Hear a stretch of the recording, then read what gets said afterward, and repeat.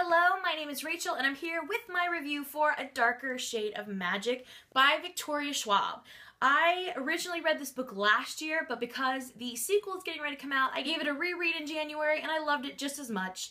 Now, I'd like to preface this by saying I'm not a huge fantasy person, especially when it comes to like magic. I don't know, I'm not too into it. I'm kind of getting more into it now, but when I picked this book up, I was not. But what got me was the fact that there is not one, not two, but 4 Londons in this book. And London is one of my buzzwords, so I definitely wanted to pick it up. And I love the title, A Darker Shade of Magic. I thought that was very catchy. So I picked it up. And basically, this is the story of 4 Londons. There is Black London, Red London, Grey London, and White London. And our main character, who I pretty much have a book crush on, his name is Kel, and he is a special type of blood magician called an Antari, and he can travel between the 4 parallel worlds. And there's only one other person named Holland in this whole book that can do that as well, that can travel between the worlds. And basically, their responsibility is to travel through the worlds to deliver messages between the kings and queens of the different Londons so that the rulers can all communicate with each other.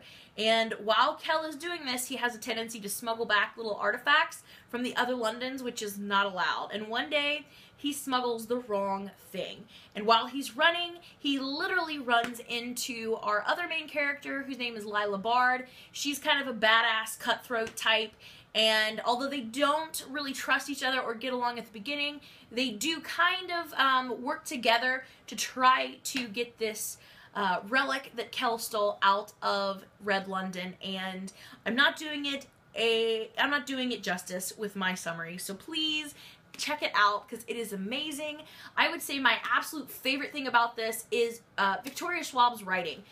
When you're reading about the parallel worlds, they're so vivid and real, and the names that Kel has given them with the colors is just so appropriate. For instance, Red London is the flourishing London. It smells like roses and flowers, and it's colorful, and it's bright, and it's powerful. But on the other hand, you have like White London. White London is very bleak and cutthroat, and they're starving, really. They don't have the money, and they're not really supported, and they're not really flourishing at all. And it smells not as good. You don't have the rose smell. I can't remember. I don't think it was sulfur, but there was a kind of a negative smell for that one. Then there's Grey London, and that's just the non-magic world, basically. And it's just so vivid. You can picture these different Londons. The names and the smells and the way the characters interact in the different worlds is just, it's amazing. The writing is by far the best part of this book, but I loved Kel. Kel was by far my favorite character in this. He was probably one of my top favorite characters from all the books that I read last year, and he's really what has me going for the second book. I cannot wait to see what happens to Kel and Lila and Kel's family. And I am so pumped for the second book, which is called A Gathering of Shadows, and it's coming out later this month.